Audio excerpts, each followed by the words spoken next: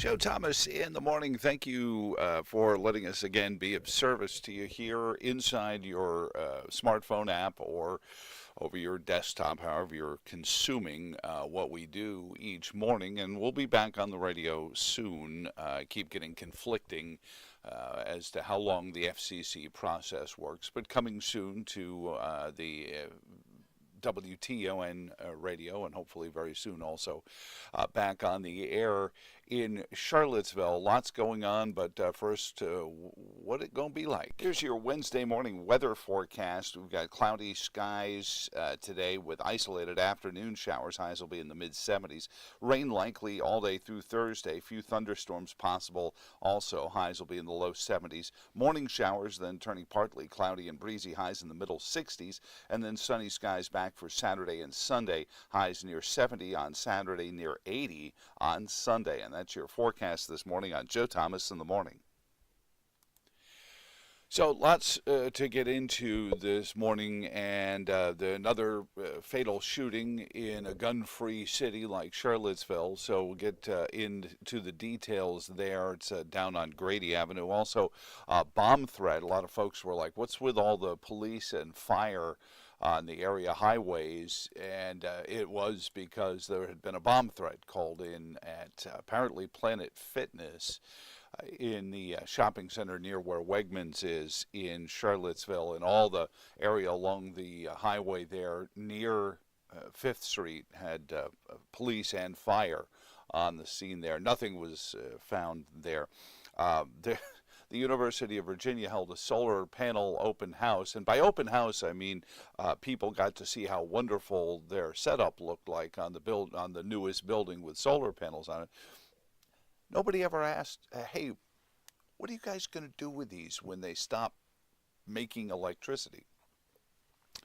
It's a question that gets nary asked a single time outside of programs, pardon me, like this one. Also, the school board is now being petitioned, or the school board is petitioning the Board of Supervisors for more money for mental health staff because Governor Youngkin's Common Grounds budget cuts into the mental health staff budget in a year where we've seen an outbreak of fights and brawls to the point where in some cases the teachers just say, you know what, I'm not going in there today. So apparently all the mental health money we've been spending has been doing great. Oversight, that's a big issue. Oversight over things like mental health care in the schools being available for kids or parents there, which is always the implication for that. But I have two stories of oversight. One, everyone wants oversight, prescription drugs in the Commonwealth. Bad Governor Youngkin for vetoing the prescription drug board that wouldn't have done anything to lower prescription drug costs, but it would have made a lot of bureaucrats at least middlingly wealthy through the process, because that's always what these things do. As a matter of fact, just yesterday's show, we were talking with the folks from Americans for Prosperity, Dean Clancy, who told us, I mean, we have an example of a place where prescription drug prices plummet to nothing, to nary, hang on a second here. Oh, that's always a good look. You know, I don't know how the network guys do it. They must have like a little catch net underneath them, so when they, they fumble something because they're waving it around like Lewis Black in concert, they do something. But so they want oversight boards for things like prescription drugs in the Commonwealth, but they don't want them when it comes to the money going to Ukraine. I don't know if you've heard the phrase Moscow Marge.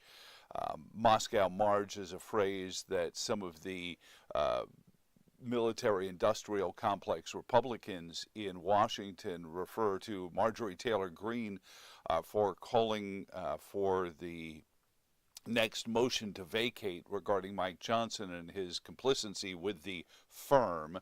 That's Senator Mike Lee's reference to the four men who write all the legislation, especially spending legislations, and then send them off to the fifth man, or whoever it is that's signing these things at the Oval Office. But ostensibly for your consumption. It's supposed to be President Biden. The firm is, of course, Reps Johnson and Jeffries, and then Senators Schumer and McConnell. And apparently these five, I mean, the four in the firm, and probably Valerie Jarrett, could be Dr. Jill for all we know, are governing the whole country. And I'm sure you feel much better for that knowledge. But they don't want oversight, and this is all over the idea of oversight when it comes to how much money we send to Ukraine or what that money is being used for. And they're claiming that, well, we'll get into the story of it in more detail, but the claim is, of course, that if you hear anyone say that we should have some oversight in the billions and billions of dollars we send to Ukraine, that's Russian disinformation. I can tell you, for my part, I have received no communications from Moscow. Yeah, I was going to put a date on it, but I'm going to say in at least a month.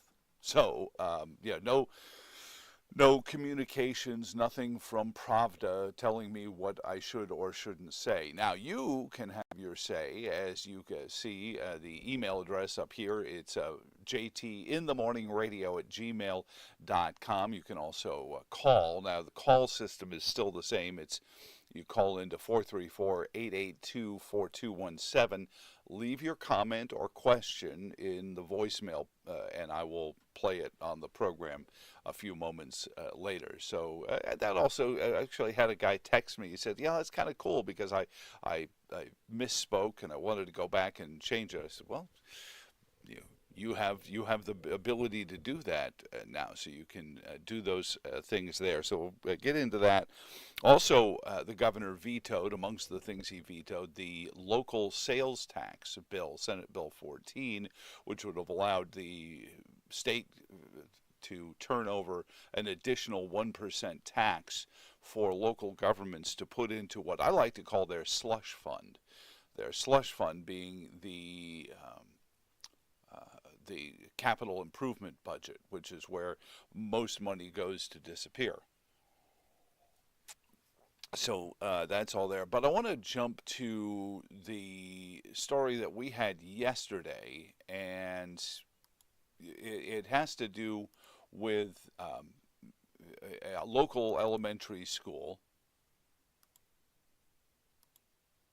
And its name is Agnor-Hurt Elementary School. And you see, there's their Facebook page, Agnor-Hurt Elementary School, and they haven't changed it yet. It's funny because their logo there in the bottom, "We are the dream, Agnor-Hurt Elementary School." That's somewhat ironic, don't you think? But on Facebook, the world has been raging over the idea of changing the name of the school. The school is currently going to have the name Hurt taken out of it, and it's not because Robert Hurt was a Republican congressman. No, it has nothing to do with that. That it's a different Hurt altogether. But some of the comments I just thought were stunning, and again, you can make them either at JTinthemorningradio at gmail.com or call them into 434-882-4217. This one from Benny Dodd. Stuff like this is why folks need to pull their kids out of public schools, homeschooling or private school. These public schools stink. As if the name is the reason kids aren't able to function profitably or successfully under the standards of learning. Kirk has a great point here, Kirk Byers. Where was all the outrage when Governor Northam was seen in blackface? How many of these same people wanted him out of office? Maybe Hurt is not liberal enough to get the same treatment, but then again, he did like to kill babies, and I don't think, I guess he being Northam, and I don't think Principal Hurt did. And Guy Barnacki kind of portends the future. I guess we'll know it's gone too far in Charlottesville when they start chiseling Thomas Jefferson's name off of his university. Let's learn from the past and not attempt to rewrite write it. So here's first guy's point. They're trying. There's been scholarly debate over Thomas Jefferson's statue there at the university. Go to Monticello and take a tour. You'll have Thomas Jefferson's position reduced. Why, even the chief historian for the Thomas Jefferson Foundation that owns Monticello quit earlier this year because they had gone too far. And this is a woman who actually wrote all the books on the Hemings family. And she said, no, we're taking this way too far.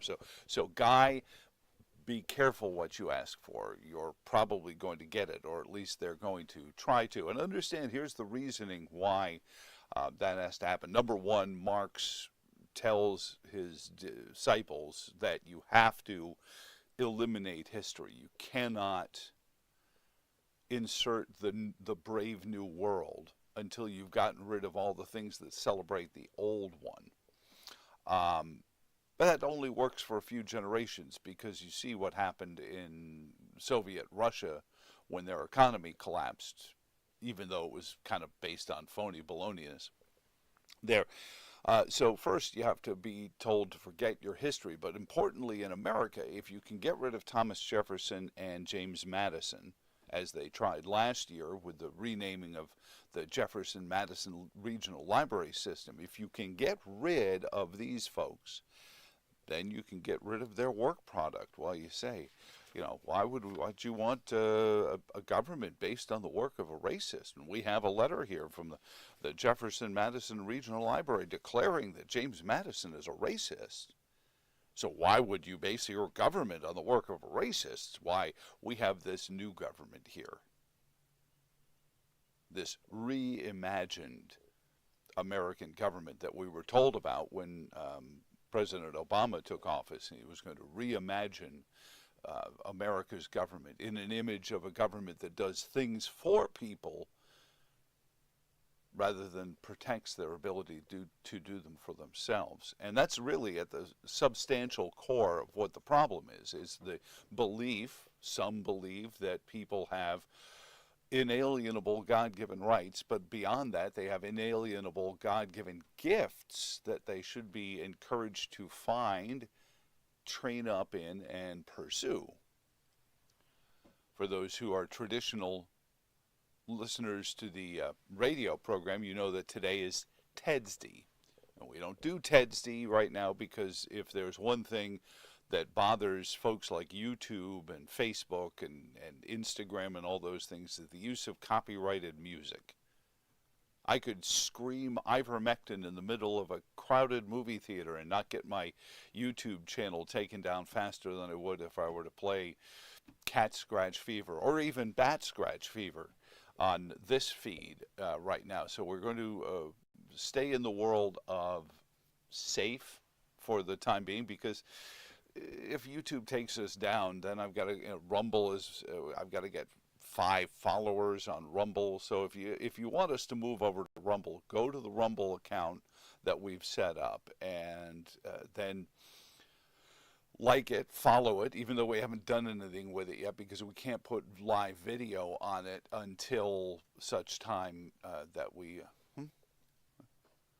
Oh yeah, that's a good point. We should put the copies of this later on this morning on Rumble, and then once we get to 5 followers, then they'll let us do this live on Rumble there. But the question Kirk raised regarding Ralph Northam and either his white sheets or his black face, and he did explain to people, and this is provable evidentiary, that he told everyone that black shoe polish is very hard to get off your face, as his wife sat there cringing, saying, "Oh my God, he's saying it out loud." And of course, there was this goes back to his college yearbook, and there was a photograph attached to his page in his medical college yearbook up on the northern neck of him, or it's a picture of 2 people. His defense was, well, you can't prove which one is me. And they did face rec. They tried to do facial recognition software on it, but the glare and the old grainy black and white photograph of the guy in blackface, you couldn't tell the guy in the white sheet. Well, that was why David Duke and his followers like to wear white sheets, because then they can be anonymous, which is just like creating a false name for your Twitter or Facebook account, because you can be anonymous and you don't even actually have to burn a cross or even a citronella candle like you did on UVA's grounds. Ironically, culminating in a confrontation around Thomas Jefferson's own statue. So that's a little bit of what has been going on, and I just loved some of the comments on this Agnor-Hurt story. We will continue up in just a little bit here on Joe Thomas in the Morning. This is the Racing Wire Minute with Brian Belansky. Testing at Indy. That story next. The Racing Wire Minute is presented by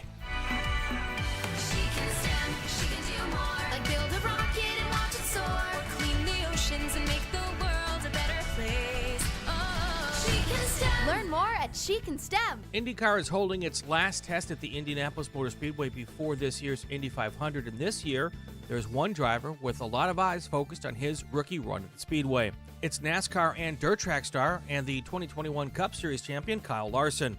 Larson is planning to do the Memorial Day double, first the 108th running of the Indy 500, then the Coca-Cola 600. It will be Larson's third IndyCar test this week. He completed rookie orientation at the Speedway last fall and a second test at Phoenix earlier this year. If he's successful, he'll be the fifth driver to complete the Memorial Day double.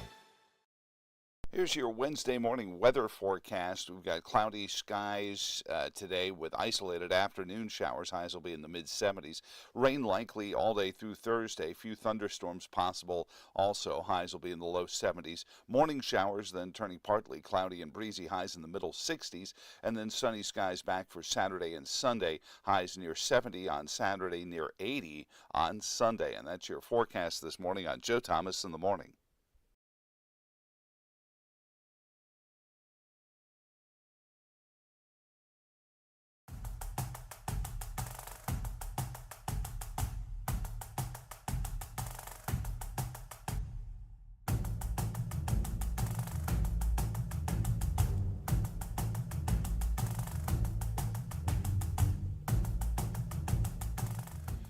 Joe Thomas in the Morning. Thank you for joining in and being part of the fray. Emails come into jtinthemorningradio at gmail.com. This one from Dan, who says, Joe, you realize you're not on the radio.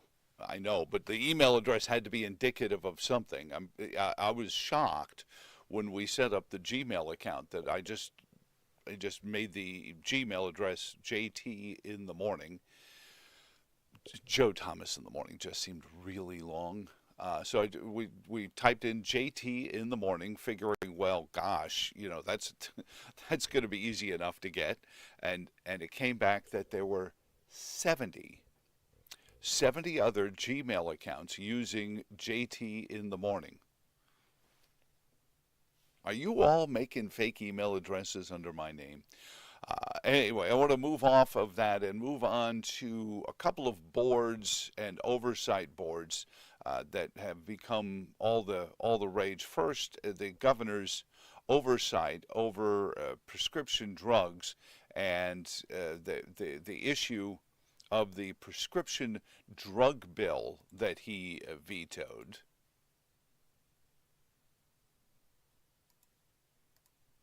It happened just hours before the deadline. Marta Berglund has more on why advocates fought so hard for the bill's passage and why opponents were not on board. Dan Dana, dozens of bills still sit on Governor Glenn Youngkin's desk waiting for a signature or veto this evening, but one meant to reduce prescription drug costs will not become law. Just a few hours before Senate Bill 274's deadline, Governor Glenn Youngkin vetoed it. It just 30 days worth of pills shouldn't be anybody's rent. The legislation looked to establish a prescription drug affordability board in the Commonwealth that could have placed price caps on what the state pays manufacturers for prescription drugs, eventually reducing prices for consumers. Senator Angela Williams-Graves was a co-sponsor. She spoke with 13 News Now hours before the veto. It will identify price gouging. It should not cost someone their rent money to get medication. It really shouldn't. Opponents of the bill had questioned the benefits of the proposed board in the Commonwealth. That Bill shouldn't be anybody's rent. the legislation looked to establish a prescription drug affordability board in the Commonwealth that could have placed price caps on what the state pays manufacturers for prescription drugs, eventually reducing prices for consumers. Senator Angela Williams-Graves was a co-sponsor. She spoke with 13 News Now hours before the veto. It will identify price gouging. It should not cost someone their rent money to get medication. It really shouldn't. And that, so that's the story as it went forward. And the issue, and we covered this in yesterday's show with Dean Clancy, is that we already have something that is lowering the cost of prescription drugs anywhere, and they are direct primary care associations. But they don't want to deal in that morass because it doesn't create a couple of hundred bureaucrats six-figure jobs. And that's really what this is going to come down to, is a government agency, and at some point there'll be the all too predictable expose on the corruption within the Prescription Drug Oversight Board. Some in-depth whistleblower-led report saying that the Virginia Prescription Drug Oversight Board was being funded by, and Dean Clancy said something yesterday. I'd suggest folks after the program go back and look at our interview with Dean Clancy from Americans for Prosperity. He said that the drug and especially medical care industry is becoming very much like a public electric utility. And if you think about what you get from a public utility, like the electric company, well, it doesn't matter whether it's Dominion, Appalachian. It's a little bit better when you have some of the cooperatives. But the issue of public utility is, what does this public utility get to do? And it's not that the government runs the utility. And you have to be very careful because you're walking out onto some very perilously thin ice. Because what they want you to say is, well, this is a private company that has been given permission by the government to have a monopoly. That's not good. The government should have that monopoly. And that's the problem. That's the corruption inherent in the system, which is they want us, you and me, to support the idea of just creating single payer. And it's the same thing that happens when you hear people complain about Dominion Energy and their campaign contributions to folks like Creed Eads, a Democrat senator from Central Virginia, is that it's a private company whose profits are tied to the permissions given to it by the state government. And that state government is run by very much the same people who get campaign contributions from the folks at Dominion. So you're creating and actually exacerbating a system that already, A, has a position, the State Corporation Commission already has oversight on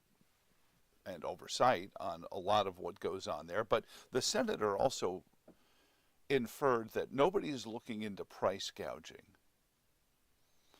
Last time I checked, price gouging is still illegal. So is the senator alleging that there's price gouging that people are getting away with? And if that's the case, why isn't the issue with the Attorney General's office or any Commonwealth's attorney, when confronted with said price gouging, why aren't they doing something about it? See, this is a solution in search of a problem again. Yes, prescription drugs are expensive.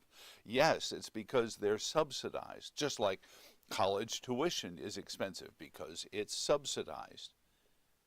And as I said, if you go back and watch the Dean Clancy interview and any of the collected stuff that you could probably still find from the old radio program on YouTube, Google Podcasts had it, also iTunes, We've done any number of programs on these direct primary care associations. Why, Dr. Josh Umber of Atlas Medicine was just on the program 3 or 4 weeks back when we had a radio transmitter, talking about the future and where we're going and how more and more areas are getting more and more direct primary care associations. And part of it is because, funny, without the insistence of a government board, you pay next to nothing for prescription medications. Funny that. Less is more. Huh. It's like somebody had a slogan in that. And that's the sad thing, though, is this is what the Marxist does. The Marxist creates this painful situation of economic decline and downturn, and then insists that they are the only ones who can fix it. I refer to it, and it is a chapter in our unauthorized autobiography of the Joe Thomas in the Morning program, Munchausen's by government syndrome. And I know that mental health care advocates get squingy when I use that phrase, but I'm not belittling mental health issues like Munchausen's syndrome or Munchausen's by proxy. But in this particular case, much like Munchausen's by proxy, what the government does is the government makes you sick. And then the government insists that you are the only one, or they are the only ones who can make you well again. And once you're sick, somebody better do something about this. And that's where the government comes in with their plausible reference point and says, we'll fix it for you. And when really the poverty in these communities where people struggle to get their prescription drugs paid and have to choose between, a $1,000 rent payment and a $1,000 prescription drug bill, it's the outcome of these regressive policies promulgated by progressives in government, both Republican and Democrat alike, because as you kill it, this is what grows in its place. And this isn't the first time. I mentioned on Monday's program, Lawrence Reed has a wonderful book called Are We Rome? Are We Rome is not even a long book. I mean, this is just a stack of note paper, but it's no longer than that.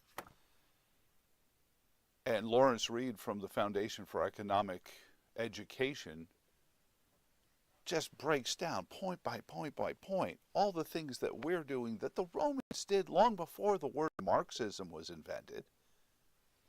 Karl Marx just found a way to make it seem cool, or perhaps came up with a better sales pitch for Marxism.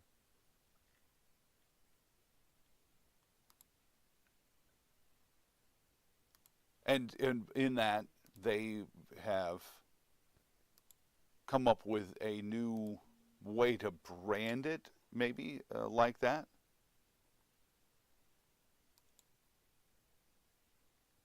That by branding it as, instead of dictatorial rule, one Caesar,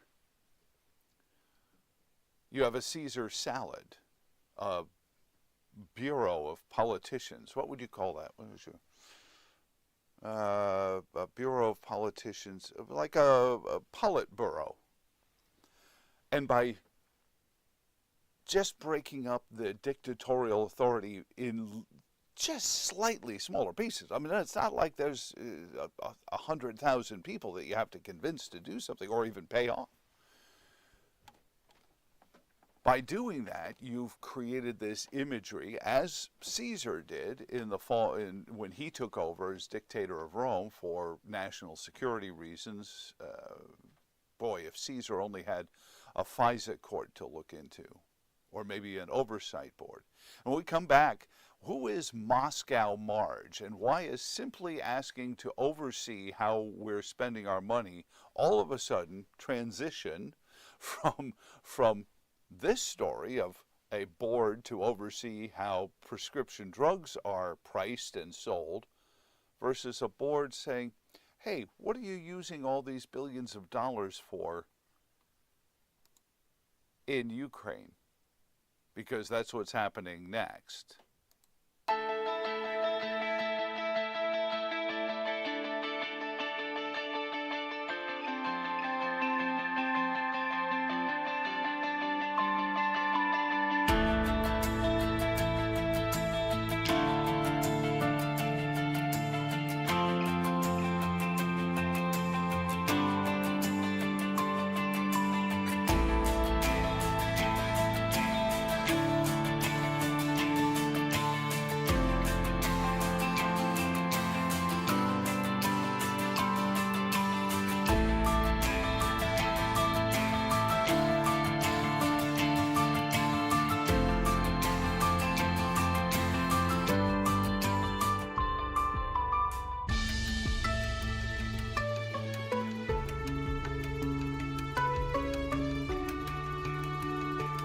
Here's your Wednesday morning weather forecast. We've got cloudy skies today with isolated afternoon showers. Highs will be in the mid-70s.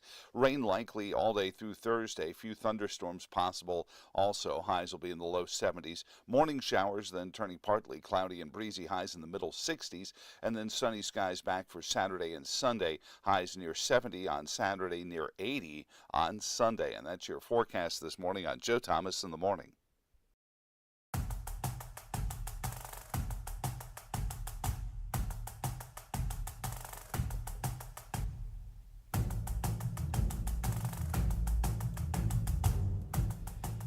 Joe Thomas in the Morning. Thank you for joining us, letting us be of service to you here. Emails, texts, and that kind of thing come into 434-882-4217. You can text us at this number up here. You can also email us at jtinthemorningradio@gmail.com. And a couple of comments and a couple of different points of order. This one from Dr. Clark. He said, asking about the Affordable Care Act point. No, that was his comment from yesterday. It was the one that he sent. The Arizona Supreme Court story of the abortion law that goes back to 1865. And the story, of course, is the Arizona Supreme Court upheld a ruling that, according to the press, effectively bans nearly all, and that's such a heavily qualified statement, abortions in the state. The law makes it a crime or a felony for anyone who performs or helps a woman obtain one.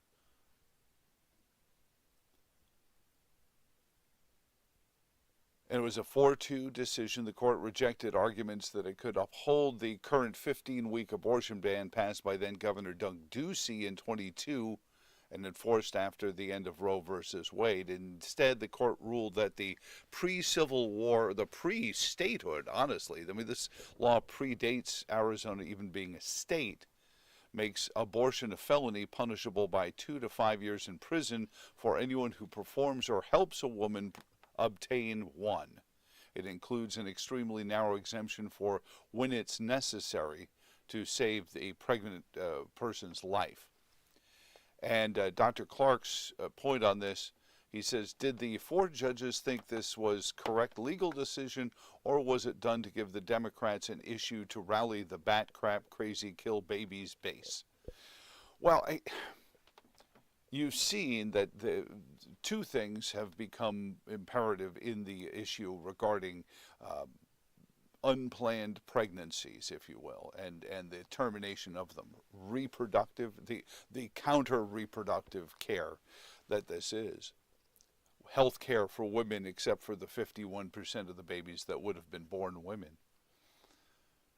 Is that conservatives, and this has been chronicled by people who are Trump supporters, who are not Trump supporters, but anyone in the conservative movement, almost to a man, woman, and child, says the issue was they weren't ready.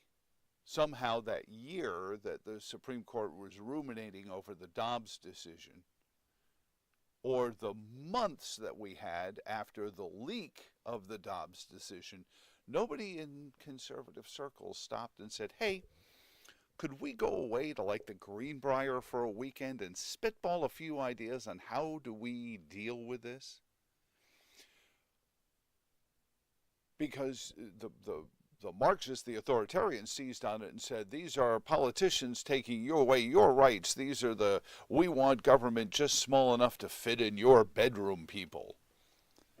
And it was just a horrific case of people not being able to get their heads out of their arses, sitting there with their noses buried in their polling data and their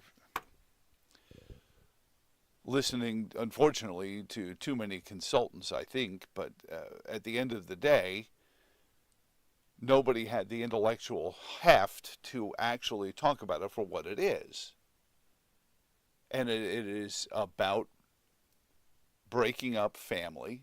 It's about not talking about family in terms of a unit that you create for a reason and a purpose and progeny of the species. No. This is about breaking up the family. So, as we've seen over the last 20 years, Americans are having fewer and fewer children than ever before, and that trend continues to go on.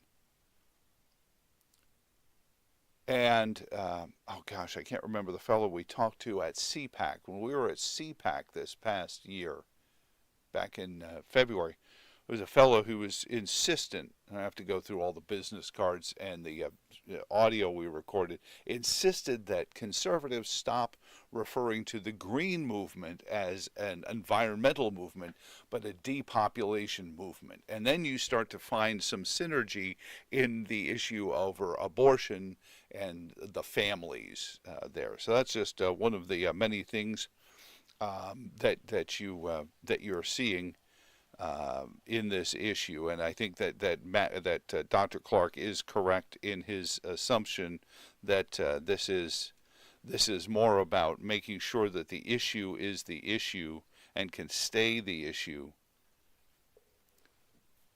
for political campaigns.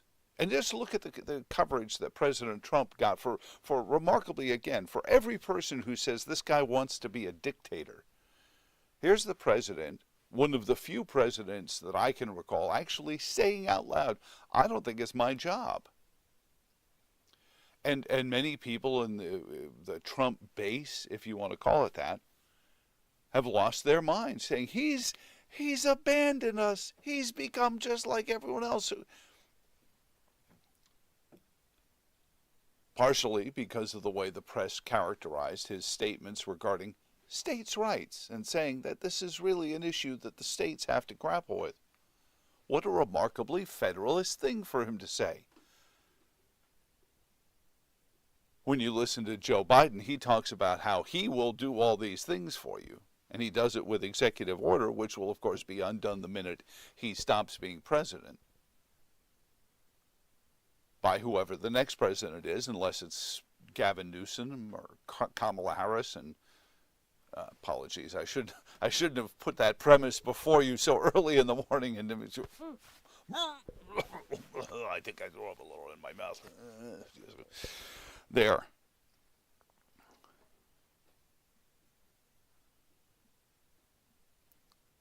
The issues are often not the issues. Abortion is just one indication of this. And I'm going to jump to a story. I actually was talking with Chris Graham at the Augusta Free Press yesterday. We had a wonderful interview. I should have asked him if I could record the audio of the interview or the Zoom call we were on, because I thought it was a terrific chat between somebody who self-identified himself as a left-winger at the beginning of the conversation. And I said to myself, well, duh, Chris. I mean, everyone said that. But he runs his own newspaper there in Augusta and covers a lot of the local stories and a lot of the things that we had unanimity of thought on. For example, in Albemarle County, the Board of Supervisors meets in secret quite a bit and then comes out and says, yeah, what we discussed in there was secret, but we all agree on it, so we're great. Moving on the agenda. Next item, please. And everyone's mad about it. But apparently, he was telling me that the Augusta County Board of Supervisors, majority Republicans, do the same thing. And I said, I'm sorry, that can't be right. And it can't be wrong for an all-Democrat Board of Supervisors to do it and okay for an all-Republican Board of Supervisors to do it.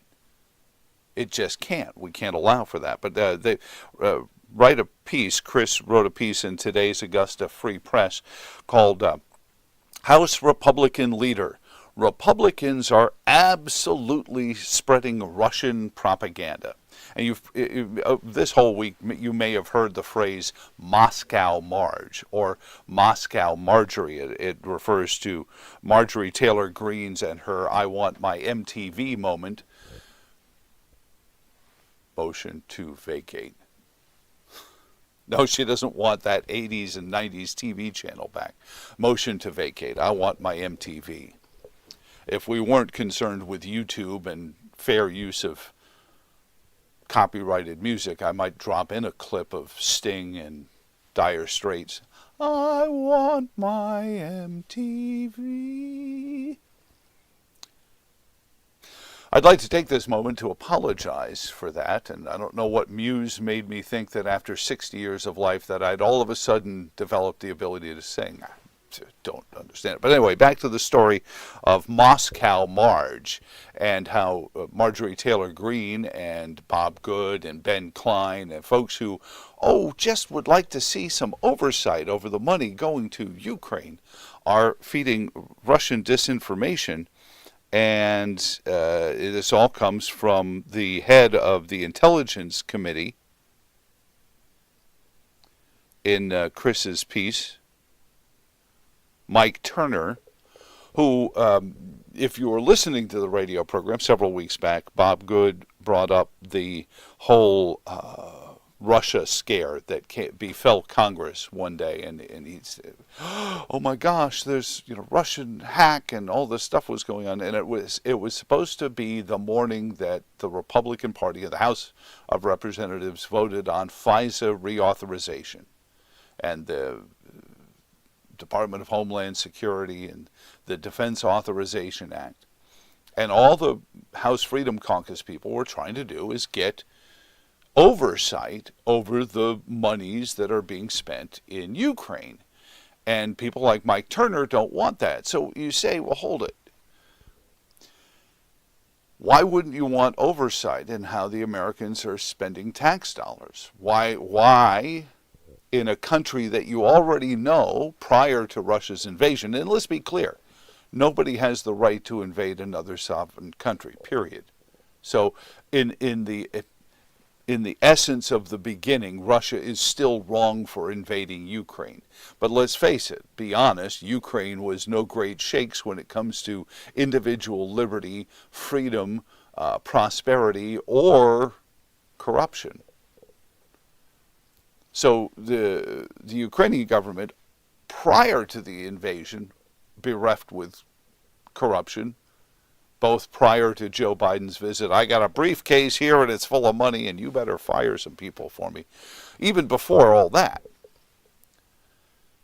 Why wouldn't you want oversight into how they're spending our money on their defense? To be fair, depending on who you listen to, either it's kind of station keeping or it's not going so great.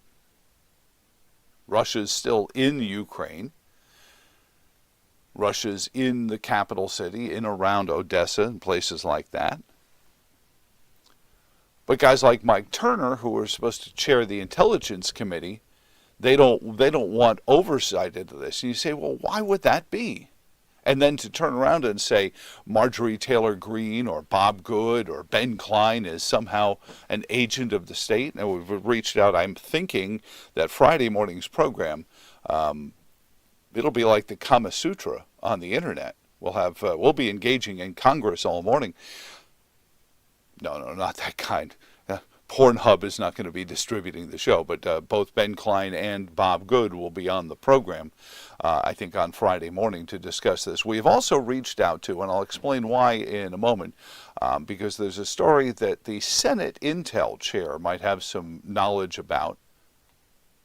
The Senate Intel chair, of course, is Virginia Senator Mark Warner.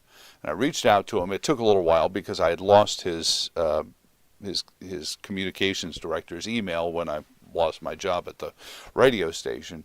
I found it, we've reconnected, and I said, listen, I've got a question for the senator on this story of the Dolly. Have you heard the story of what happened to the Dolly right before it crashed into the Key Bridge? I'll tell you why I want to talk to Mark Warner about this coming up.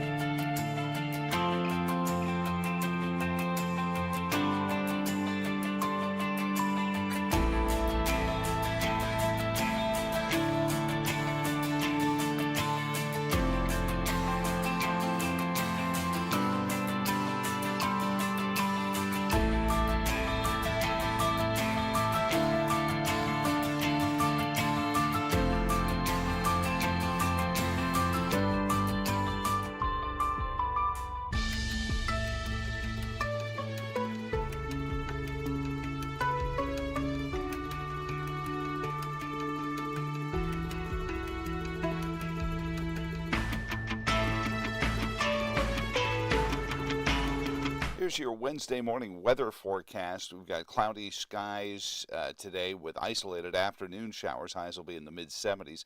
Rain likely all day through Thursday. Few thunderstorms possible. Also, highs will be in the low 70s. Morning showers, then turning partly cloudy and breezy. Highs in the middle 60s.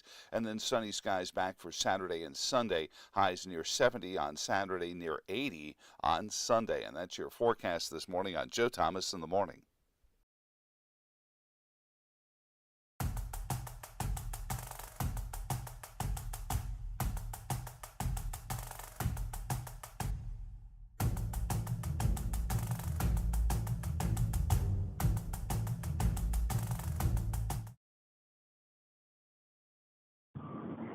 Good morning, Joe.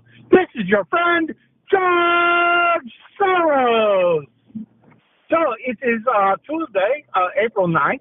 I am watching avidly the news about your next stage of evolution.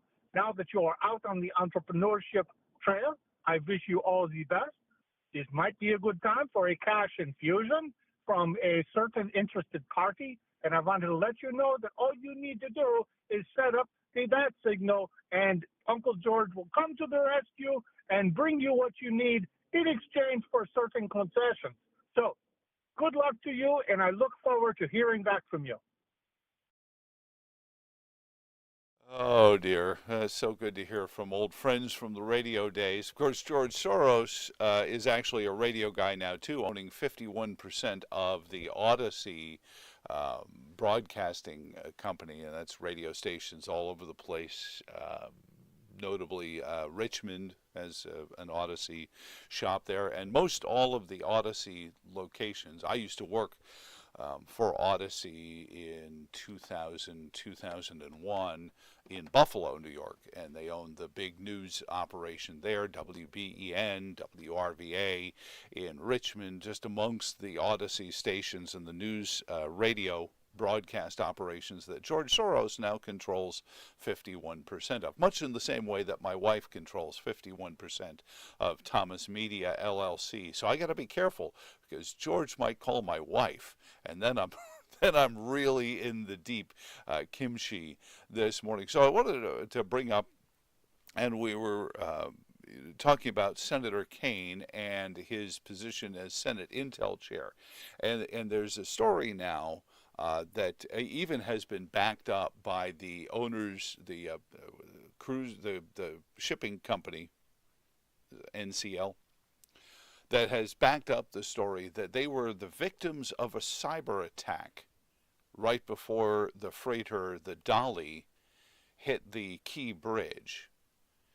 And you may not have seen this story. Again, it's there in periphery, but this is backed up with statements by the shipping container company that they had no control over the ship. They had nothing to do with what happened on the ship, and that there was a cyber attack, and that's what had been at fault for the ship losing its power and therefore its ability to navigate in the harbor. And I thought, well, gosh, I've frequently been, part of Mark Warner's circle of media that he'll talk to, and I know that doesn't seem like politically like, well, gee, why would Mark Warner and I, going back to 2015, we've had a good relationship towards, he knows I'm not going to be, saying, gee, that Hillary Clinton, she really seems like she's got it going on, Mark. But he gets that. He understands it. But I reached out because he is the chair of the Senate Intel Committee, and I have a better relationship with him than I have with Marco Rubio, because I think getting their answer, whether or not you think they're going to lay it all out there any more than the Warren Commission did regarding the murder of John Fitzgerald Kennedy in Dallas. But I want to hear what he says, because sometimes in between what these guys like Senate Intel Chair Mark Warner will say regarding this issue. But think about this a second. And this is something that we talk about in cybersecurity. Flaw feature. You tell me. Call 434-882-4217 if you want to leave a comment on it, like our friend George did. Flaw or feature. Does the story that the Dolly succumb to a cyber attack promote what Mike Turner talks about with greater FISA strength, greater surveillance state in Charlottesville, flock cameras surveilling license plates and automobile makes and models without warrant? And I think there's a secret in there that we could get into as well if we have a moment or two. But think about it for 5 seconds. If the horrific collapse of the Key Bridge, even if the story that the horrific collapse of the Key Bridge might have been brought on by a cyber attack to the bridge of the Dolly, what does that do towards those who want a deeper, darker, more robust, more intrusive authoritarian state? I think it makes the case for them, because you sit there and go, oh my God, flaw or feature.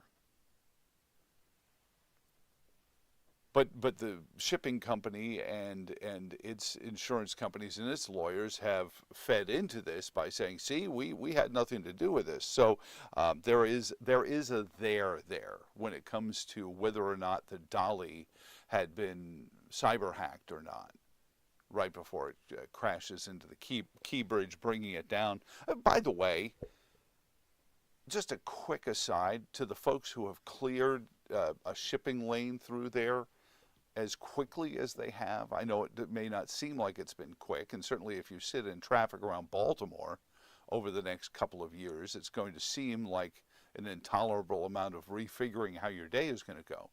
But that was pretty good work to get the shipping lanes reopened as much as they have already, and to get the investigation. Of course, the police chief was out there at 4:30 in the morning, not 2 or 3 hours after the ship had hit the bridge and knocked it into the harbor, telling us that this is not terrorism. Or was it?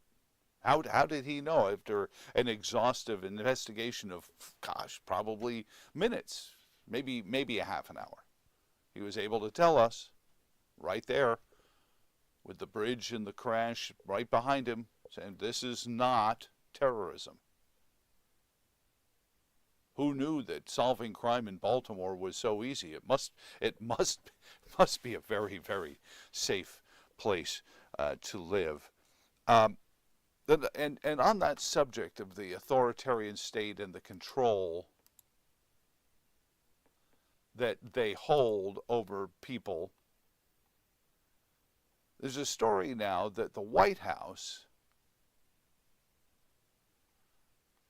called a news agency to try to get a headline changed. USA Today, which I believe is owned by the same folks who own the News Leader in Stanton. USA Today changed a headline about the GOP nominee for president, Donald J. Trump. You may have heard of him. Abortion stance after the White House called and said it was, quote, egregiously false. Campaign manager for Biden-Harris 24, Julie Chavez Rodriguez, and Deputy Communications Director Brooke Gorin, along with pro-abortion Step into Wix Studio, the web Katie platform for Walsh, agents. held a press call to discuss media coverage of Trump announcing his position on whether there should be a federal abortion ban. On the press call, members of the Biden-Harris campaign slammed coverage of Trump's announcement.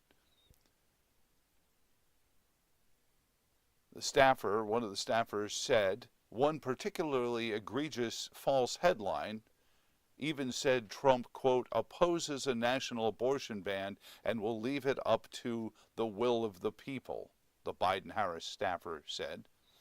USA Today covered the news with that headline that said the will of the people, so obviously referring to the USA Today headline. Mediate, which captured the image of the original headline, reported that around 2 hours after that conference call, the old headline was deleted and replaced with a new version.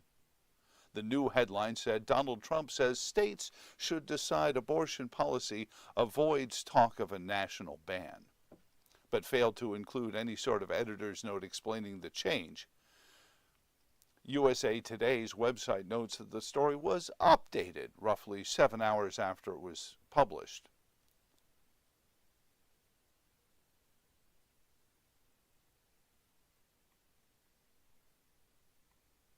But the question remains, since we already have the White House admitting that they have done this with Twitter and Facebook, that they have already engaged in this kind of strong-arming, this, come on, you're going to tell us the story we want told, right?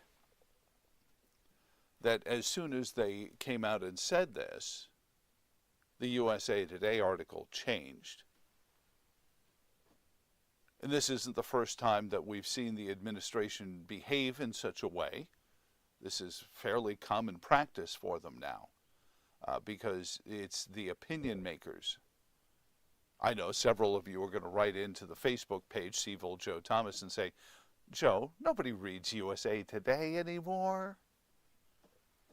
Perhaps more people this morning even heard the name USA Today more than you, I'm sure, you guys, it's the Epic Times, it's any number of free press sites that have replaced guys like Drudge in the marketplace of ideas. But I just thought again, another muscular overture to the press, which we're all told, by the way, and again, flaw or feature. Does this story make USA Today look bad, or make the Biden administration look less like they already control much of the media? Because, of course, we're told that, oh, no, all that about the left-wing media, that's all conspiracy theory. Here's some aluminum foil. Make a hat for yourself, Joe. But a story like this, certainly, though, at its first blush, looks embarrassing for USA Today or the Biden administration. But I think it tells a bigger story, and it continues the narrative that says, Biden administration doesn't control the media. Why, look here. We had to go and get the USA Today to change a headline that was pro-Trump. Funny they didn't call that Russian disinformation, though. That would have been perfect.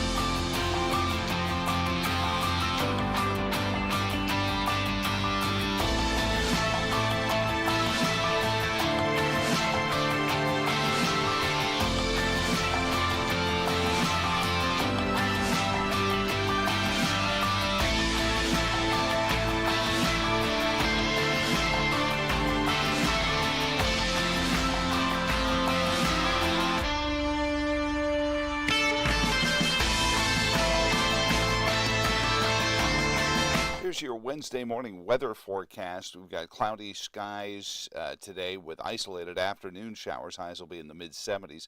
Rain likely all day through Thursday. Few thunderstorms possible also. Highs will be in the low 70s. Morning showers, then turning partly cloudy and breezy. Highs in the middle 60s. And then sunny skies back for Saturday and Sunday. Highs near 70 on Saturday, near 80 on Sunday. And that's your forecast this morning on Joe Thomas in the Morning.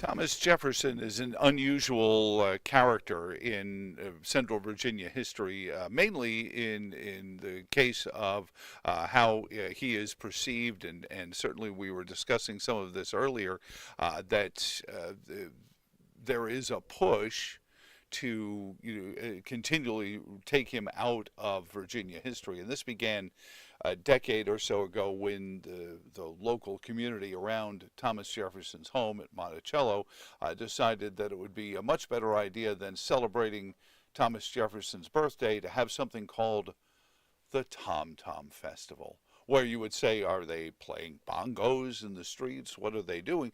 Well, the Tom Tom Festival is actually a festival in which people come together and just do stuff celebrating one another, much in the way I'm sure Thomas Jefferson would have loved to have seen done. Joining us now is the man who's going to fly in the face of this, and that is the great Steve Harvey from the First Free Coffee Bar in Charlottesville, where he is going to be the host of our Thomas Jefferson get-together. And he is going to host us along with the Convention of States project, and they are going to be enjoying the company of First Free Coffee in Charlottesville. There he is. Good morning, Steve. How are you doing, sir? Morning, Joe. Happy to be on the new show. Awesome. Well, we appreciate you guys having us there for the Thomas Jefferson's birthday. So tell us, first and foremost, if nobody has ever been to First Free Coffee Bar, why the name First Free Coffee? So I was running for House of Delegates last year, and we wanted people to have access to the candidate. And so we thought, well, if I'm telling everybody I opened this coffee shop so you can come in and meet me, come in and give me money, and you can talk to me about the policy issues. It seemed like we could do better than that. So we thought, well, what if it was free coffee? Then people come in, they get their free coffee, they meet the candidate, we talk about the issues. And then I was talking to this really neat radio host, and he was like, what if the meaning was deeper than just free coffee? What if we had some subtext about, you running for office and Americana? This is your problem. You listen to people like radio show hosts. Don't you understand that there's a reason that we do radio and don't espouse to any higher calling like representing people in office? I mean, come on, Steve. Come on. Well, when you've got a somewhat controversial radio host involved and he comes up with the name of the shop, then you have the issue of Reddit pages being developed that are going against you because you're in Charlottesville, and you have activists showing up at your coffee shop with, crazy appearance, trying to dump coffee on the floor, things like that. No, we haven't had too much of that. Honestly, most people love the shop. And honestly, this morning we had a double rainbow over the shop. I feel like God is blessing us like Noah here. It was gorgeous. We're going to post this awesome picture on Instagram later. But we are super excited to do the Thomas Jefferson birthday here on Saturday. We're going to be cutting Albemarle Baking Company princess cake, which is fabulous. It's free. The Convention of States ladies have purchased the cake for our customers and our party goers. So yeah, it's going to be excellent. I think our location is perfect for this. We have Thomas Jefferson's work on the wall. We actually have the First Amendment. An artist put it up on the wall excellently. And you got to come by to see it, or you can look us up on social media. Some people have taken pictures, but in person is the real deal. And we'll have Joe Thomas here to talk to us about the late, great Thomas Jefferson. And this is in the Holymead Town Center in Charlottesville, just north of Charlottesville, up near the airport, near a Kohl's department store there. Steve, the Thomas Jefferson import in this area, and I was mentioning that there continues to be efforts to eradicate his position both in American history, but they start with Charlottesville. Anyone who's taken a tour of Monticello will tell you that at some point you wonder, whose house am I touring here? And some of it has to depend on who the tour guide is. The reason the First Amendment is the First Amendment is because if we don't have the right to talk to each other freely, all is lost, isn't it? Oh, yeah, absolutely. All the other protections guaranteed by the Bill of Rights and the Constitution pale in comparison to your ability to communicate. But more than that, if you can't talk, it means you're not supposed to think. And if we can't think, we're lost. So that's why it's the first one. It was, well, what's the most important? Well, we got to be able to protect ourselves. The government ought not be able to house troops in your house without paying you for it, and et cetera. Due process, all these things are important, but the ability to freely think and communicate with your fellow man is like the baseline for not having a dictatorship. We see what's happening in Brazil. I don't know if you're following on X, but you got a Supreme Court, I guess, that was telling social media to delete the accounts of politicians if they had the wrong views. Yep. And it's like, okay, well, thank God we don't live there. Wouldn't it be nice if that was protected? Oh, that's what Thomas Jefferson did. Thank you, TJ. And unfortunately, we've seen, and we live in a world, and one of the points of the fact that this is being held by the Convention of States project here in Virginia is that the federal bureaucracy has built up. And you're a congressional staffer and survived. You're a recovering congressional staffer, let's call it that, Steve. You've seen the way the swamp interacts with our representatives. You've seen how it can find its way in weird, unexpected places. So you have these bureaucracies, and I've likened it to a king and his court. We had King Arthur and his Knights of the Round Table. Now we have the President of the United States and his executive branch cabinet, each one with a police department, each one with a court system, an extra constitutional non-Article 3 court system that can punish people for publishing something, posting something, and they can make the process the punishment. And I think that's an important thing to remind people. I was mentioning this earlier. Sat down with Chris Graham from the Augusta Free Press. First thing he said is, "Well, Joe, just to let you know, I'm a left winger." I said, "Well, we'll see about that. Let's talk for a while." And we talked, and at the end he said, "I can't believe how much stuff we agreed on, because that's what I think the authoritarians don't want us to do. The more we talk to each other, the more we agree that we are a lot more similar than they want us to be."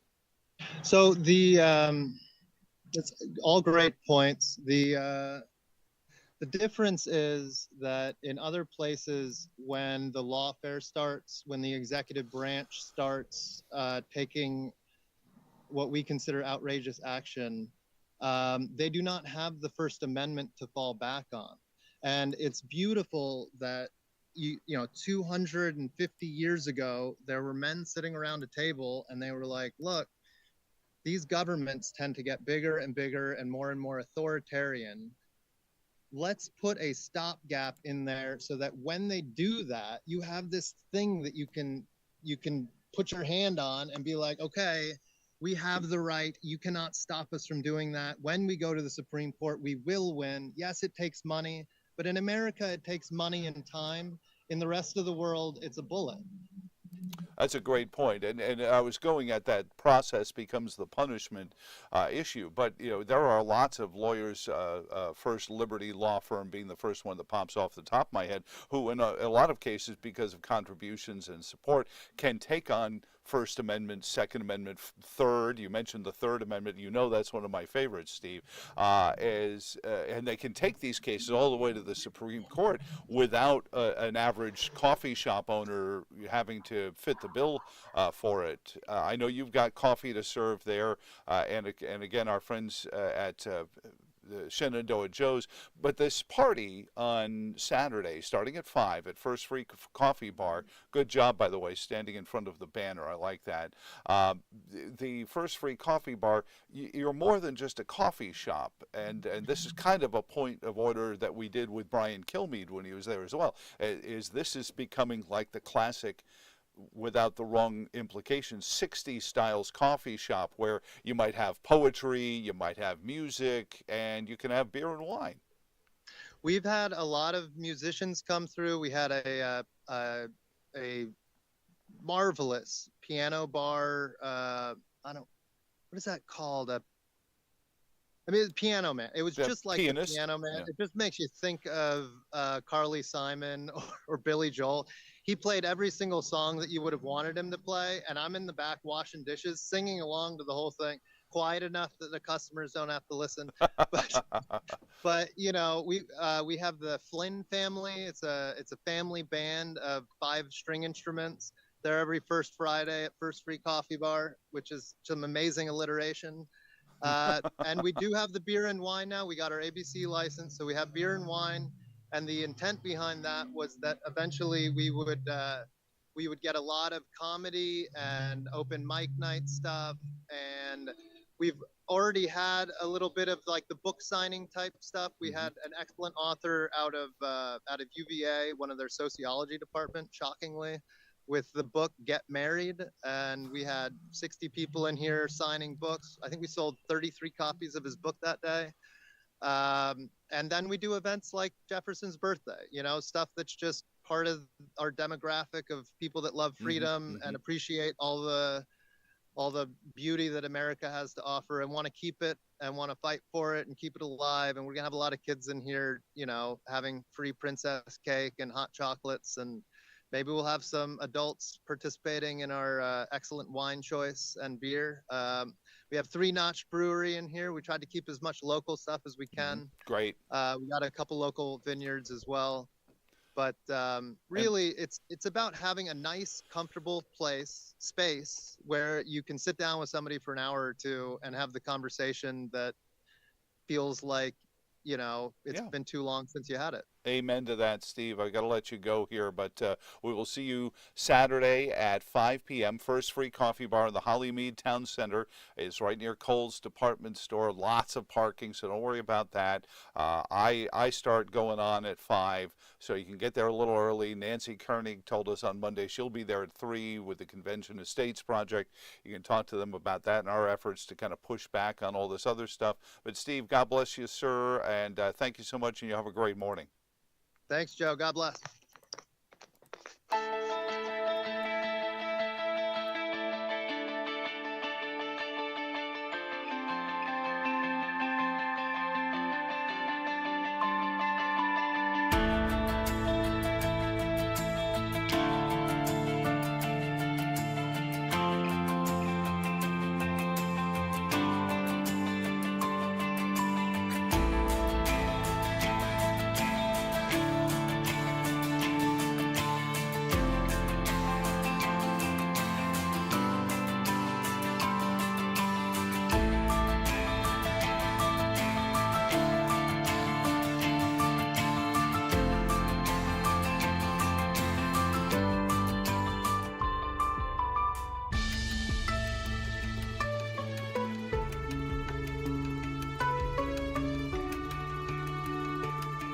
Here's your Wednesday morning weather forecast. We've got cloudy skies today with isolated afternoon showers. Highs will be in the mid-70s. Rain likely all day through Thursday. Few thunderstorms possible also. Highs will be in the low 70s. Morning showers then turning partly cloudy and breezy. Highs in the middle 60s. And then sunny skies back for Saturday and Sunday. Highs near 70 on Saturday, near 80 on Sunday. And that's your forecast this morning on Joe Thomas in the Morning.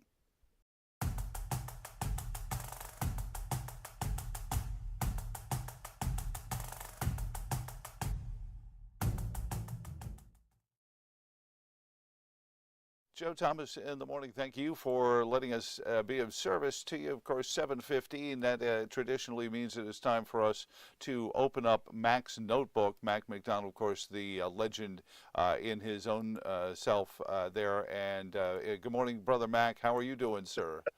I'm doing, JoJo. You look good. What was that? Legend in your own mind? Is that what you were saying? Yeah, my own mind, right here, right here.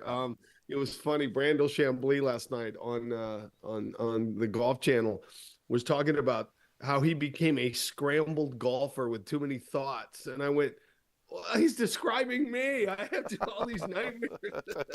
So, I don't know what you're talking about.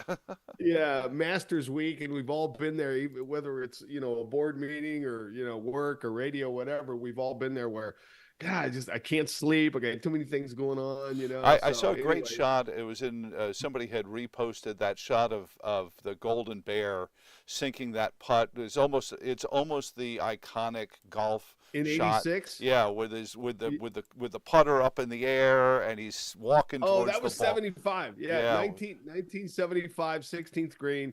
Yeah, he had the blonde locks. He had gone to the new hairstyle. Oh, it's iconic. Last night at the Champions dinner, they had 33 of the living champions, and with the live golfers, and John Rahm was the defending champion, and they serve, so it's the defending champion's choice to pick whatever he wants for dinner, and a couple of Spanish dishes with a ribeye and peppers, and then there was a fish. And Charles Cootie of age, Cootie said, "Yeah, I went with a ribeye.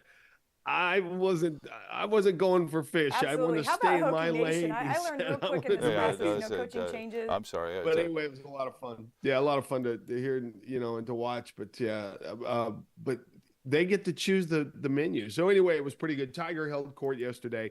Tiger says, "Hey, 29 years, I still think I can win."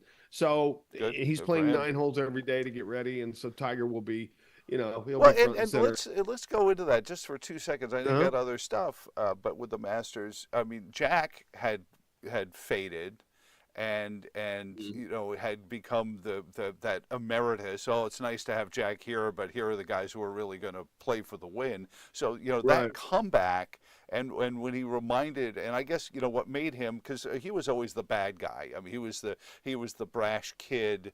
It was Arnie's world, Arnie's army. Everyone loved Arnold Palmer. And who's this Golden? Yeah, who's Bear? this fat guy from Ohio? That's some writer, the fat kid from Ohio. Yeah. Right, and he wasn't exactly warm with the press, much in the same way Tiger Woods has reinvented his ability to talk to the press.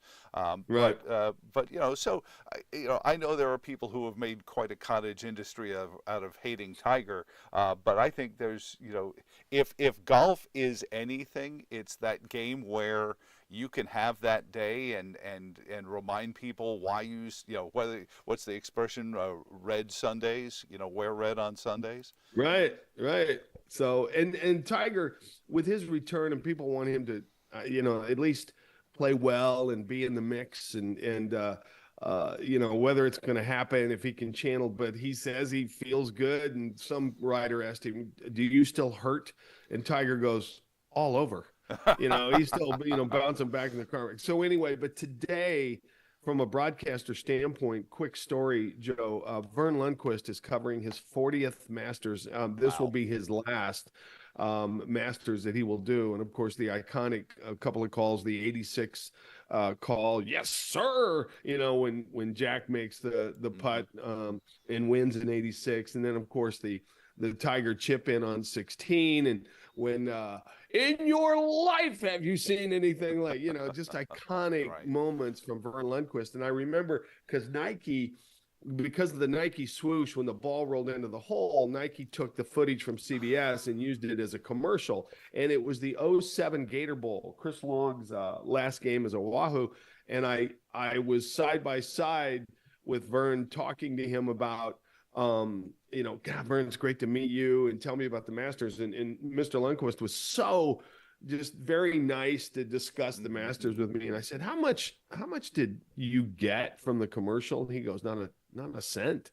He goes, CBS owns that footage, owns my voice. I didn't get one dime from the commercial. I go, they didn't spiff you a little bit, just something, I'm sure anyway, he's well compensated in general, though, for his efforts. But it's a weekend. It's just a week where I've been there, I've seen practice rounds, and I went to the very first Augusta Women's National, where they just had it this past weekend. Right. It is just it's iconic. The grounds are iconic. The storylines are iconic, and it's supposed to rain tomorrow, so whatever's going to happen. But anyway, it's just fun to get, enthralled this week. So par 3 contest, and then Vern Lundquist tonight, which I'm looking forward to for sure.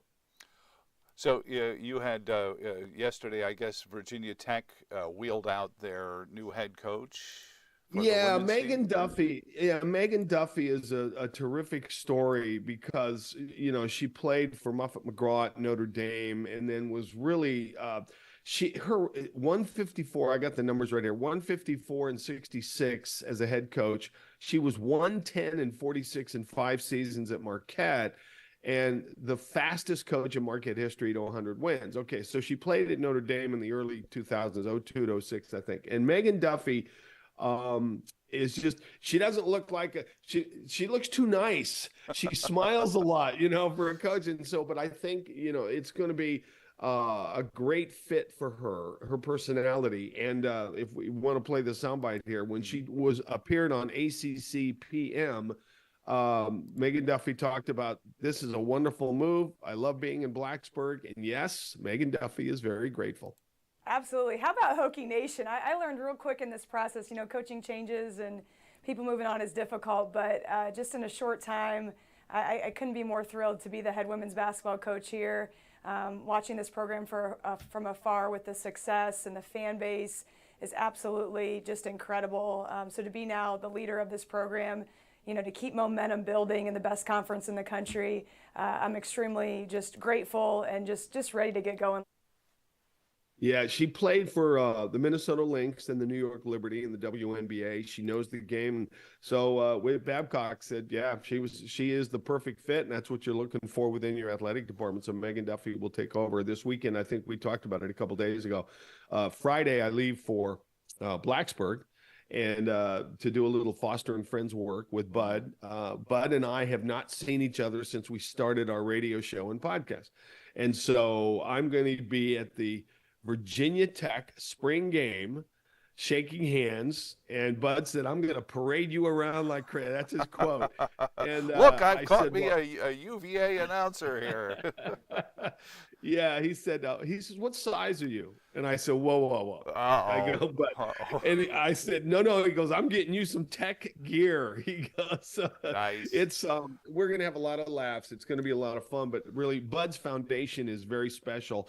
The Lunch Pail Foundation, and there is a new Virginia vodka being released. Imagine that. And it's called Win Vodka in connection with Bud's Lunch Pail that has win, meaning what's important now. Right. And so this distillery in Southwest Virginia has launched this vodka, but they're a big part of Bud's foundation. So Bud is still continuing to raise a lot of money. It's a new launch, and it's for kids and scholarships. And Bud is Bud. And I know Virginia people have hated him from afar for a long time.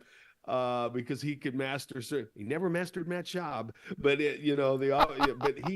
Bud has done a terrific job with getting out of football and doing all the things that that the social and media and everything. And it's going to be fun to be with Bud for a couple of days for sure. And certainly only the second guaranteed slot on WTON radio when we take over once the FCC says the egg has hatched. Will be Foster and Friends. I know you had been on there prior to that. Because I was talking with Chris Graham from the Augusta Free Press yesterday. We did this great interview. He said it'll be in the paper later in the week. Oh, good. And Good. yeah, he's a sports guy too. He said he had done Yeah. sports shows on there and covered it and all. Yeah. But one of the things he said, well, what kind of programs are you going to have? I said, it's a mix. I've been hearing from folks who had done shows and things like that. I said, but I do know me and Foster and Friends are coming back. So you'll have a home there for Foster and Friends. Yeah, we appreciate that. It's great to be in the Valley.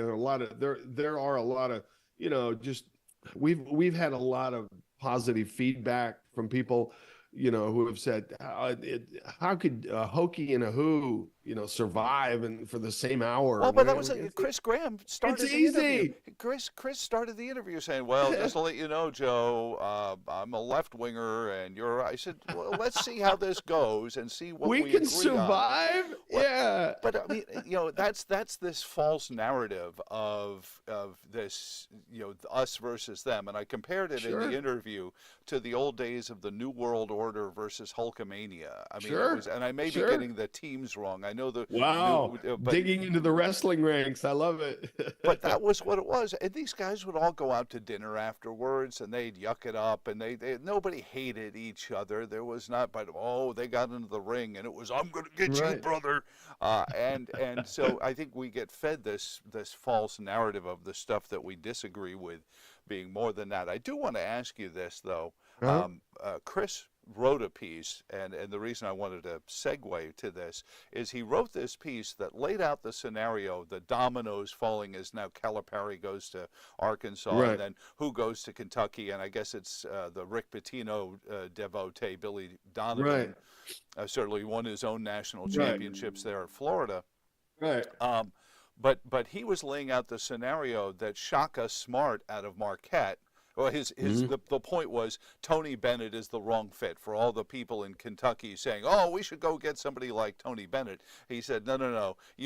Kentucky fans don't deal with somebody who says, okay, it's going to take us 4, maybe 5 years to get good. You need 4 or 5 days to start, signing one and dones. Right. But he said if somebody like Shaka Smart left Marquette, would Tony Bennett entertain the idea of taking over a school like Marquette? And I said, I just don't see that. I'm curious your thought. Isn't that what they call in our business a lateral move? Yeah, beyond that, but once a coach, and of all that I've ever heard or Tony talk about, giving money back to UVA and all the things his family has done. I mean, I think, Tony Bennett just loves Charlottesville and loves the area and loves UVA and what UVA stands for. UVA fits in with, the Tony Bennett pillars in the model and how the kind of student athlete that he wants to recruit and the kind of program that he wants to have. Now, Tony Bennett would not, I don't think would entertain Marquette at all. Interesting pick of all the people that are being talked about is that Shaka, who, we all know from VCU and, did a great job at Texas and then went to, Marquette. Sometimes coaches also just want challenges and they want the ability and now they're pretty protected with contracts anyway, so it's not much of a gamble like it used to be because the contracts, the way they protect them. Okay, if I don't get it done in 3-4 years, they oust me. Okay, I'll probably have a 2-year buyout, and I can ride off into the sunset. See Jimbo Fisher. Okay, yeah. So I mean, that's just the way college athletics has gone, and Shaka could be really good there because he, the way he coaches defense and the way they play, the offense. Yeah. So, I mean, that's interesting. I don't think he's going to get, but the other one was Sullivan, who's coaching the Bears, the Bulls. And Sullivan's going, he's going, no, I'm staying with the Chicago Bulls. I'm not moving on at all. So but that'll be kind of a fun, at least a fun watch to see who they're going to. Well, of course, in the Valley, all these coaching changes. I mean, JMU football coach, basketball coach, women's. All these folks are who have causes that. Hey, Mac, always good. Tomorrow morning we'll do it again. Hey, you know what? It's Thursday. It's the beginning of the Masters. Yes, I will. And as I said, it's supposed to rain tomorrow anyway. But yes, hello, friends. And Jim Nance not working. So anyway, we will see you soon.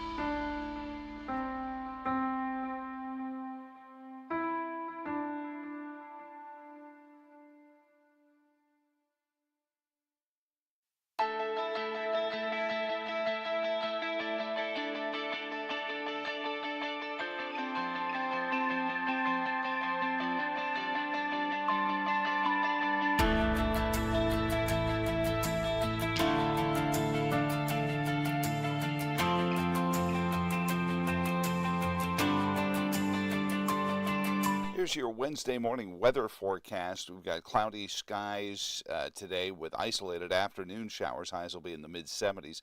Rain likely all day through Thursday. Few thunderstorms possible. Also, highs will be in the low 70s. Morning showers, then turning partly cloudy and breezy. Highs in the middle 60s. And then sunny skies back for Saturday and Sunday. Highs near 70 on Saturday, near 80 on Sunday. And that's your forecast this morning on Joe Thomas in the Morning.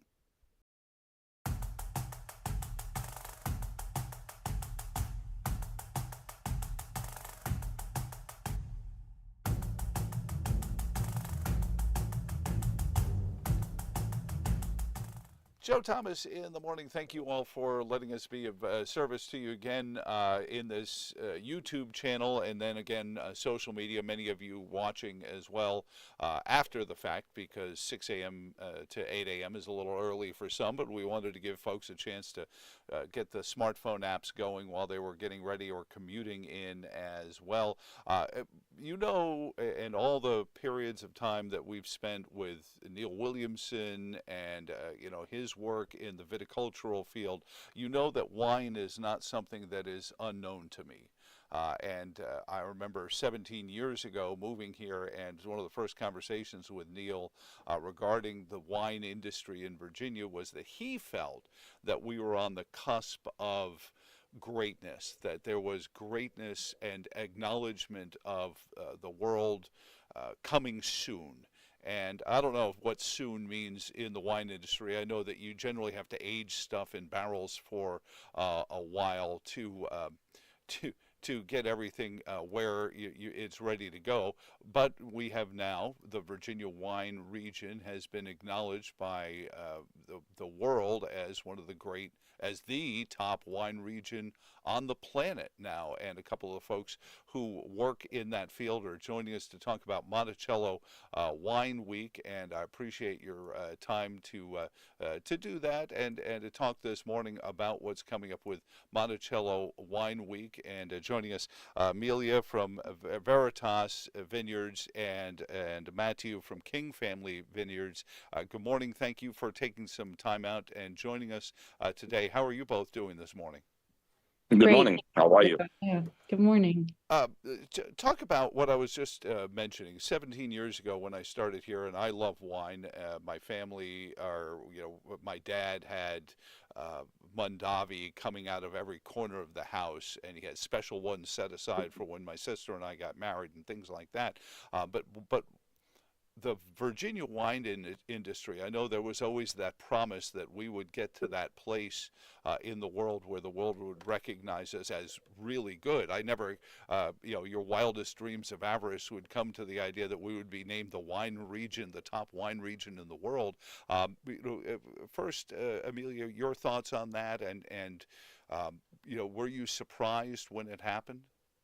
No, not at all. We've spent many years working on our craft here in Virginia and honing our skills and making the best wine we can in our region. And I felt like it was a little bit long time coming, but I also knew it was in the pipes. You know, we've been working so hard in order to gain recognition as a region, and the work that we're doing as a community. I was really excited by it, but not surprised, no.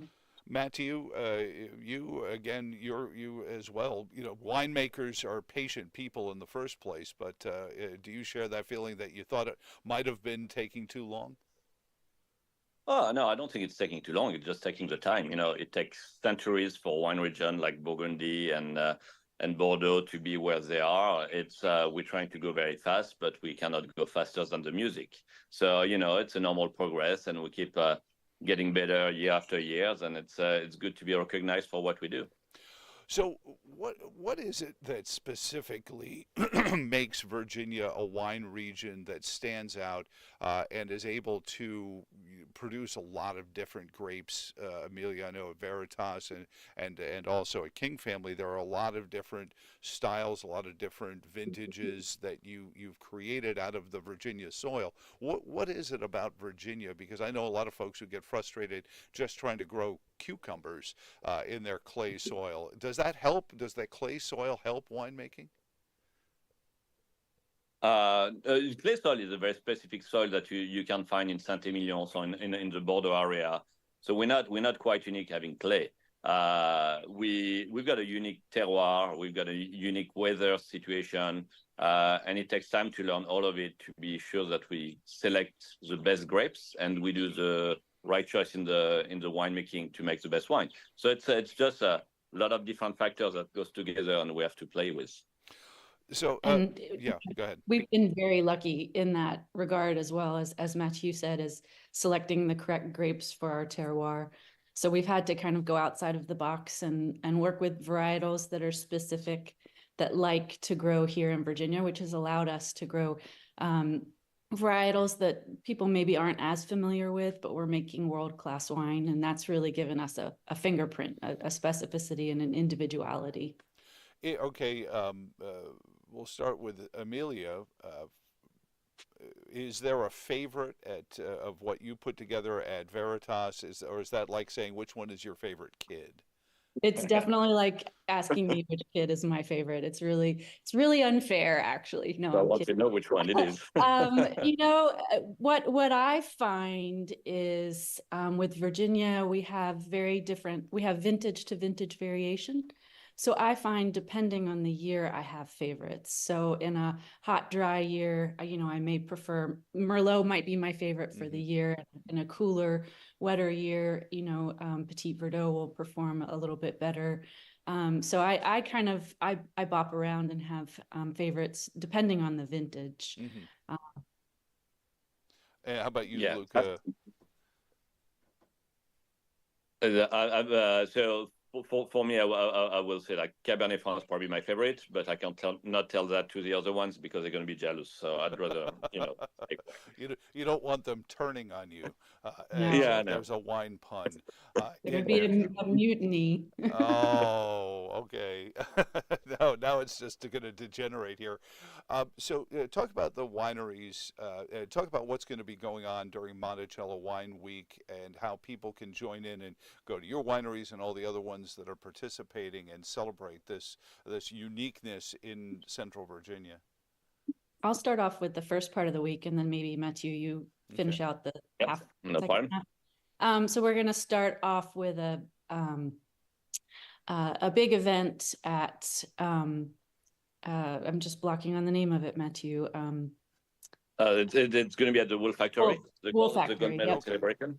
We're going to start off with an event at the Wool Factory celebrating the wines in the competition and some of the winners. So we're going to start out kind of gangbusters. And then we have a rosé. We have a day of rosé, an afternoon session and an evening session. We have a sparkling brunch. And then we also have a day that we focus on white wines, and that's at Eastwood Winery. And then we have a day that we focus on red wines, all from Monticello AVA, so all of the wineries in our region. And the red wine workshop is going to be at Barbersville. And then, or did I do most of it actually, Mathieu? We're losing Emily. Yeah, sorry. Now, so I'm going to keep going. We also have a great, we're going to have a winemakers golf tournament. It's going to happen at Keswick.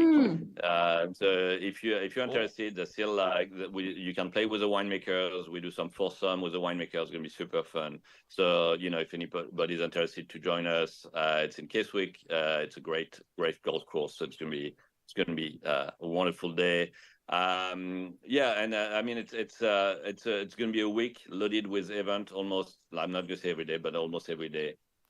We had a wonderful wine competition that happened. We judged the wine competition last Sunday at Veritas. We had 68 wines that were judged with 13 judges. We've got 34 wineries being represented into the competition. So it was very, very well attended. It's, again, talking to the judges at the end of the competition, they were amazed how the wine were showing very well. So again, we're very excited about that. I think the gold medal reception is going to be great. You're going to be able to take all the gold medals, and it's going to be wonderful. Not the medals itself, but the wines that go along with them. No, it's better to taste the wine than the gold. I mean, gold got no taste, I think. Emily, go ahead. Yes, so as Mathieu said, we had great participation from our region, which also shows, with the 34 wineries submitting, shows the cohesiveness and the energy behind our region.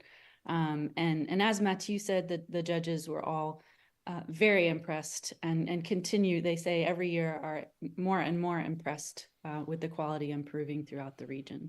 Curiosity for me, because there are so many different terrains here. We were talking about the soil in general, but I mean, there are, from where you are, Luca, at Barbersville, all the way up Stone Mountains, 3/4 of the way up the Blue Ridge, and there's so many different places that people are setting up wineries. Is that important? Because I think, and I'm just a lay person in this whole thing, I just like drinking and stuff. But I think each one kind of makes a different kind of wine. Luca, you first, then Emily.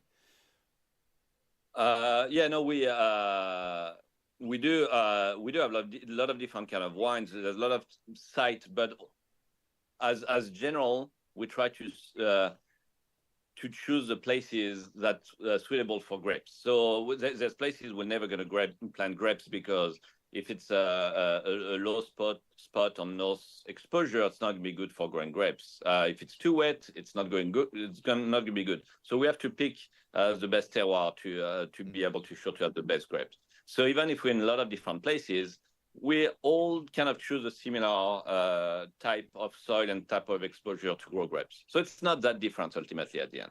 I think the difference comes maybe more with the stylistic, the choice of what the winemaker wants to do in the wines to make something unique. But we all do, what I like to say, and we see that with Emily, is we all do the same job, and we all share the same passion of growing grapes and making wine. So there's a very good sense of community with this industry that's very refreshing. I mean, we all know each other, we all friends with each other. So for us, going to spend time playing golf together, we love to do that because it's a fun time to connect. We really like to spend time together. Well, and I guess that's really the secret, is if people are coming to the Monticello viticultural area for wine, they're going to go to a bunch of wine. So, the rising tide lifts all boats, I guess. Yes. Emily, one of the things about the viticultural industry is that it's, and I think, Luca, you and I have talked about this years ago, but it's science and art along with business. So does that make it particularly exciting to kind of get up and not know? I mean, was there a frost last night? I know King family, you get the helicopters going to try to keep the frost from getting to the grapes, and then you've got the lantern flies and what they might do. I mean, yeah, I had to bring up, the news guy has to bring up the news stories, but that combination of art and science especially, and then you throw business in on top of it, has got to make it never a dull moment, Emily. Joe, it's literally the best part of our job. Every vintage I'm excited for, because I'm curious what we're going to get. What kind of fruit do I get to work with this year? Vintage to vintage variation sounds like it would be challenging, but it actually makes it a lot more interesting and a lot more fun. You have to kind of stay on your toes and always be reevaluating the way you do things. And that's where, Mother Nature comes in, and that's where the art comes in, kind of understanding your craft and not applying the same set of tools every single year. It's not going to work. The vintage to vintage variation. And then also, the daily, what we do every day is so different on a day-to-day basis. It's absolutely wonderful, whether you're, out in the field checking fruit set, whether you're putting together or helping put together a food and wine pairing for an event that's coming up, whether you're in the cellar just processing, working on tank logistics and barrel orders, spreadsheets. Every day is kind of a different set of things that all blend art and science. You have to have the science in order to be good at the art, though. Luca and I think also, you have to constantly be looking at processes.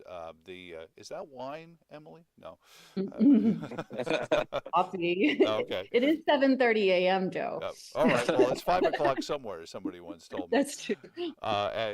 So, Luca, talk about also. Mathieu, I wish Luca was with us. He was supposed to be with us initially, but he bailed out, so it's all good. Okay. But talk about the importance of the constantly looking at yourself and reinventing what you do so that you're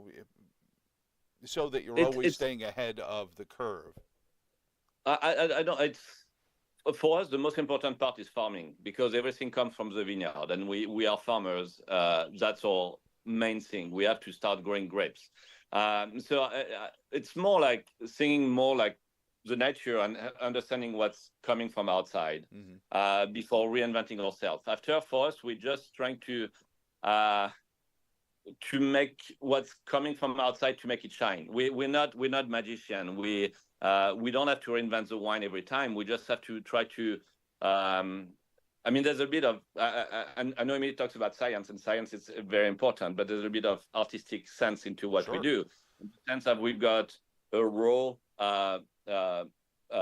grapes, and we need to change it into wine, and we need to make it shine. And it's up to us to understand, how to make these grapes taste the best as possible into wine. And so it's always rethinking what we do, and it's always questioning ourselves and how can I do it better? So there's always a way of like, can I make it better?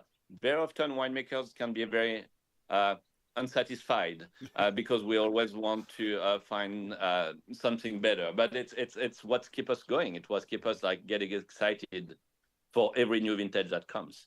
Well, like the tough parent that all of a sudden says, "Hey, my kid just graduated Harvard. Now, wine region of the world." There, Luca, I appreciate that. Last point: is there a Facebook page for all of the things going on Monticello Wine Week? Emily, whoever wants to grab this, is there a best place for people to just go and look at all that stuff you were talking about? Yes, I believe yes. Mm-hmm. So Facebook, if you go to Monticello Wine Trail on the Facebook page, there's a lot of information. You can go on our website, monticellowinetrail.com. You've got all the schedule for the week that comes. You also, if you want to plan your trip and visiting the different winery, you can set up your travel and all that. We've got a very good website with a lot of information on it.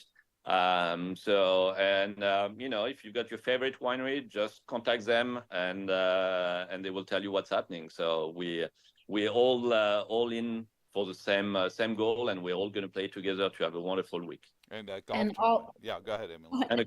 And all of these events are going to have multiple wineries at the events. So even though, say, Barbersville is hosting the red wine showcase, there'll be multiple wineries from the region pouring at each of these events. So it's going to be actually a nice opportunity to go to one winery and taste, over a dozen different from the region.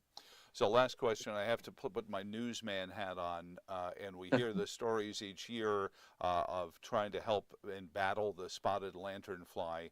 And certainly this area, world-renowned for our grape crops, but all the fruit crops, whether it's peaches and apples and anything else, in peril of this. How are we doing in the battle against the spotted lanternfly invasion? Whoever wants to field it. It is just another battle. We fight plenty of small battles, and this one is not a very difficult one. I'm not sure if you remember, but a couple of years ago, everybody was talking about the sting bugs, and before that, we had the ladybugs. There's always a pest that comes, and Mother Nature is always going to regulate it. So it's just like we've got a couple of years to deal with the lanternfly, and I bet you in 2 or 3 years, we will not be talking about it any longer. I think the biggest problem with the spotted lanternfly is the actual size of it. I think it is a pest for vines, for grapes, but I think it's also very offensive. Within populations of people, it's a large lanternfly. It's ugly. Matthew's right. It's always something, and we have plenty of tools in our toolbox to manage it. But it is definitely moving south and west. Well, I know that my friends at the Cooperative Extension and the Piedmont Master Gardeners always suggest contact the, I guess the extension office if you see one, but squash it first, and, Yes. and be part of it. See something, do something, I guess is what it is. Luca Pascina from Barbersville Vineyards, thank you so much. Emily Hodson from Veritas as well. Look forward to seeing all of you folks during these events because my wife and I love our wines, and we love the Virginia wines, and we've loved to have seen how Virginia wines have grown over the years, and you guys have been incredible for it. Thank you so much for joining us. And again, Facebook page for Monticello Wine Trail? MonticelloWineTrail.com. Okay, very, very. Thank you so much for taking some time talking wine, art, science, and business, and we'll talk to you all again very soon. Thanks, Thank you very much. Bye-bye. Bye.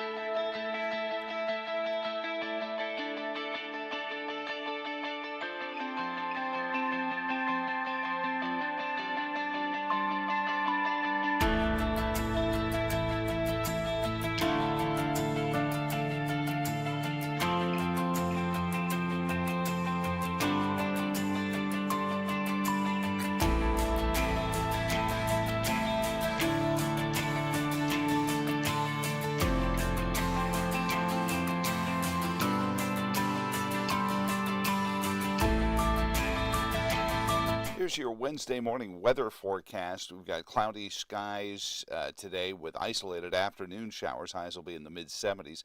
Rain likely all day through Thursday. Few thunderstorms possible. Also, highs will be in the low 70s. Morning showers, then turning partly cloudy and breezy. Highs in the middle 60s. And then sunny skies back for Saturday and Sunday. Highs near 70 on Saturday, near 80 on Sunday. And that's your forecast this morning on Joe Thomas in the Morning.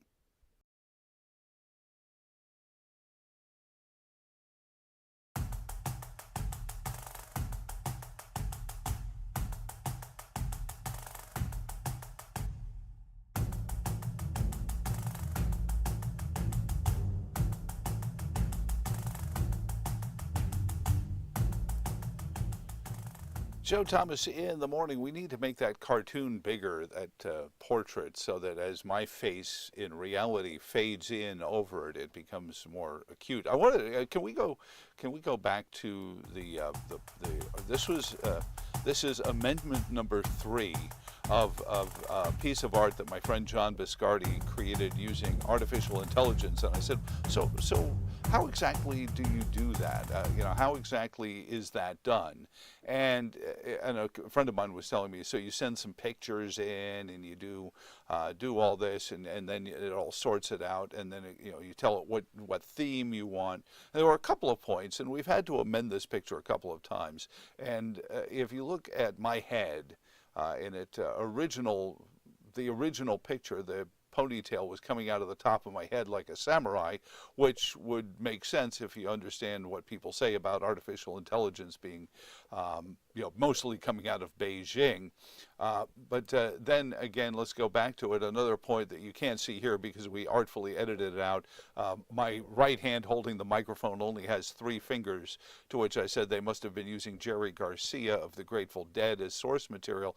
And then in the name, my friend Chris pointed out the M had apparently 3 humps in it, so it was Thomas in the morning. But I appreciate, as I said, I appreciate the efforts, and John, and we like the portrait. We just had to tweak it a little bit and fix that. But I heard a phrase, and I'm going to leave you with this because we were talking about some of the issues regarding artificial intelligence, and apparently Amazon has been caught with Jeff Bezos's hand in the cookie jar when it comes to artificial intelligence, because much is made of the AI assisted shopping that you can do at Amazon.com, and you can apparently, number one, I don't shop on Amazon. That's my wife does that. We do have an Amazon account. Several of the things I've purchased technology-wise for rebuilding the studio have come through Amazon Prime. I'm not saying we don't participate. That would be like saying, yeah, no, I never visited the Washington Post's website. You have to know what's going on. So they have this apparently, and maybe you've used it. You can email to Joe at JTITM in radio, JTINthemorningradio at gmail.com if you use this, or call and leave a voicemail about your experiences with Amazon AI. At 434-882-4217, but I was having dinner with my sons yesterday, and the story about this controversy where they discovered that the artificial intelligence driven shopping that you could do at Amazon, the AI aided shopping experience, was actually just a warehouse in Mumbai where people were running around picking up stuff off of shelves.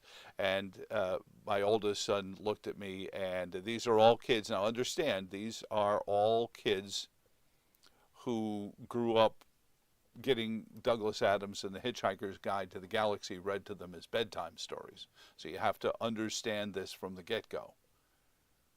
He looked at me and said, so you understand, Dad, that AI actually just stands for another Indian.